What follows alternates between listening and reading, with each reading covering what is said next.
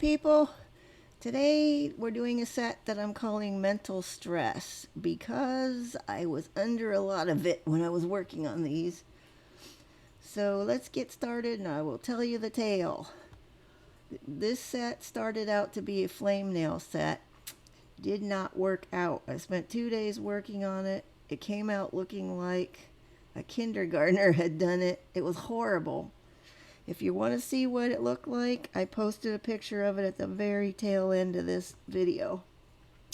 Because I think for those of you maybe new to nail art, or maybe you're just learning different stuff, I think it's kind of important to note that those of us that have been doing it for a while, everything does not come out perfectly as it seems like in the videos, because there's editing and all this that goes on. I think it's important to note that we do have failures. We do have things that just come out looking like crap, and there's nothing you can do about it other than try again and maybe try a different technique. So don't get discouraged. It happens to everybody. Anyway, this is how the set started out, and I'm going to keep this part of the video because it's the same thing you're going to need to do for the set I ended up with. First coat of black. Now we're going on to the second coat of black polish. Up till this point, everything was going fine. I don't even know. I don't even know what to tell you guys. It was just a mess. In my head, it was going to be so cool looking, but it did not come out again. And after 2 days of trying to get them to look like something, I was sitting there later that night of the second day, and I'm just thinking, I cannot put those out there. And I was toying with the idea of just not having a video this week, but like, no, I'm not going to give up. I'm going to have something for you guys.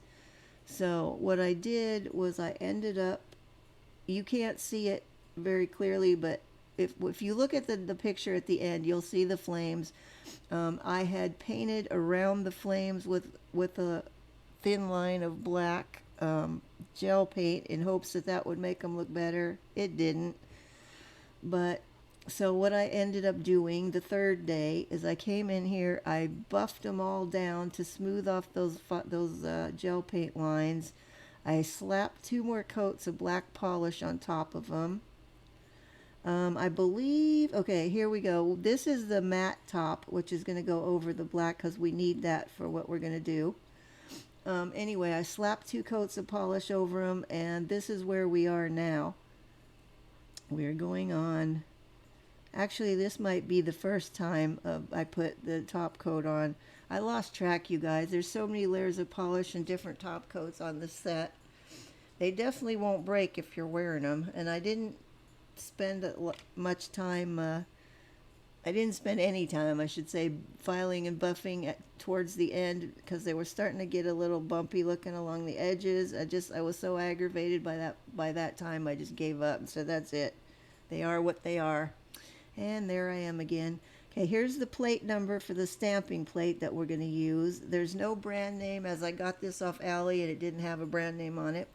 That's the design we're using. It kind of looks like kind of watery looking ripples maybe, I don't know. And we use this turquoise or teal colored chrome powder. Now the reason we matted those nails, here's the stamping polish, black. This is regular stamping polish, not gel. Okay, now we put the matte top on there in hopes that the chrome powder would not stick to the matte, which luckily it did not. I got lucky. But first step is we're going to take the chrome powder and we're going to load up our stamper head with it. Just rub it in there, burnish it in. Now what I do when I get done with this step, I just kind of blow on it real quick to get any real loose particles off of there. And then we go into the stamping design and we're going to load that up with the stamping polish. It's the second one from the left there on the bottom row. Now you can see that there's already stuff on my paper towel because I had done a test one first just to make sure it was actually going to work before I went and did all of them over again. If this color wasn't going to work, I had like a hot pink chrome. I was going to use that too. So, but I liked the blue. The blue came out nice. Okay, we're just going to take that. We're going to pick up our design, and there it is. Wherever you see black, that's the stamping polish. There's chrome underneath that black, and the rest of that blue chrome is just loose chrome.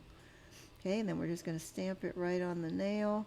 Now I know it looks like I'm pressing really hard, but I'm really not. That stamper head is just super soft, so it squishes in pretty easy. I was trying to get a little bit more on that bottom part, but it wouldn't come off now. And then just take your finger and flatten out those little bits that are kind of sort of sticking up along the edges. They'll flatten themselves down and stick to the nail. And there you have it. That is what my mental stress looks like. I was still trying to get some on the side. It wasn't working, but I did go back later and put some down the side of that one. There we have it. Now I really wanted these to stay with a matte background and have the shiny chrome part on there, but the only way to accomplish that is to then go over the entire thing, over all where the chrome parts are, with a detail brush and some top coat, and I just was not in a state of mind to deal with that at the time. Plus it would have taken a good while. So I did not do that part, so I ended up just giving them a gloss top, which you'll see here in a bit. I'm going to show you one more, and that's going to be it. And the rest are all exactly the same. I'm using acetone to clean my stamper head off along with the stamping plate. You can't just use the lint roller to clean your stamper head like I normally would do, because it won't get all the chrome off of there. It'll just stay on there, and then you'll just have a bigger mess. So it's just as easy to clean it off every time. Now I know you're not supposed to use acetone on your stamper heads because it will cause them to turn cloudy looking. They won't stay nice and clear. But the ones that I have are pretty much, they are what they are at this point. It's clear enough I can still see what I'm doing through there if I need to. And I don't do that very often, so. But there we go. We've picked it up. And we're going to put it back down onto this one.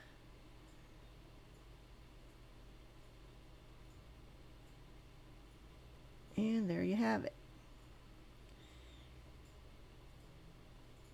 You can use your stamper head to put those little bits down. I usually just use my finger most of the time. It's just as easy. And there we go. That is it. There's the rest of them. And now we're going in for the top coat. We're going to go in here with our glossy top. Now I did top the other rack of these with matte, and I decided, because I wanted them to be that way, but then it made the blue really dark so you could barely see it.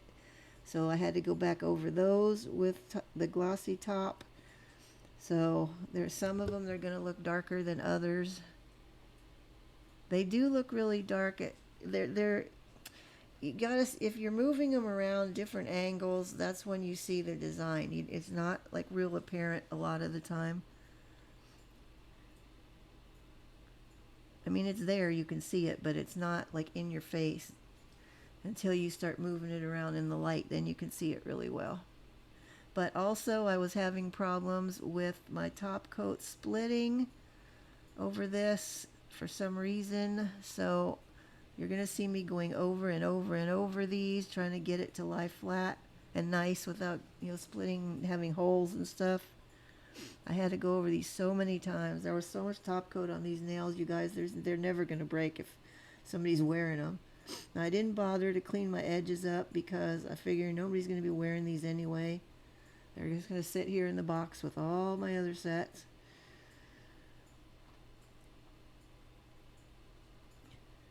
Oh, FYI, in October and in November, but more importantly in October, I'm going to be doing a show in Fontana. If anybody happens to be in the area, you want to come by and say hi, get a look at my nail sets in person. They do look much better than they do on camera, I can say that for them.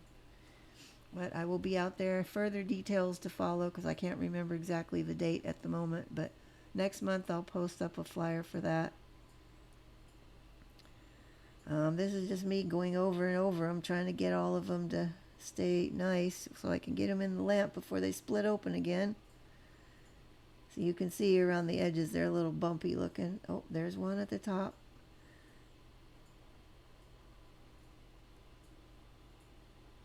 Come on, stay on there, guys.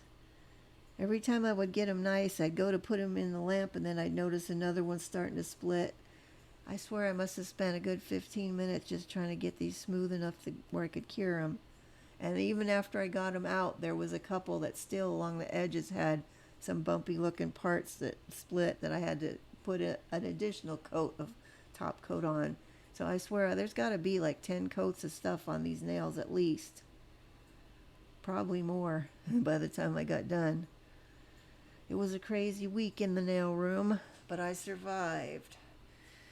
May not be my best work, but at least I got something done. See, look, it's still going, and there's so much top coat on here. It's like I had to keep it thick for it to keep from splitting, but then it was so thick, by the time I tried to smooth it out, then it would split again. And that's what I should have named the set, Nightmare. That's what they were. And we still don't have them all. Alright, in they went eventually, and this is what we ended up with. They're a little lumpy, bumpy looking along the edges. If anybody did want them, I would have to clean these up and fix them, but there you have it. If you like them, please give me a like, she said with crossed fingers. If you want to see more, I upload a new video every Saturday, and in a second you're going to see the horrible looking flame set that I started with. And there it is in all its ugly glory. Next week I'll have something better for you guys. Take care. Bye-bye.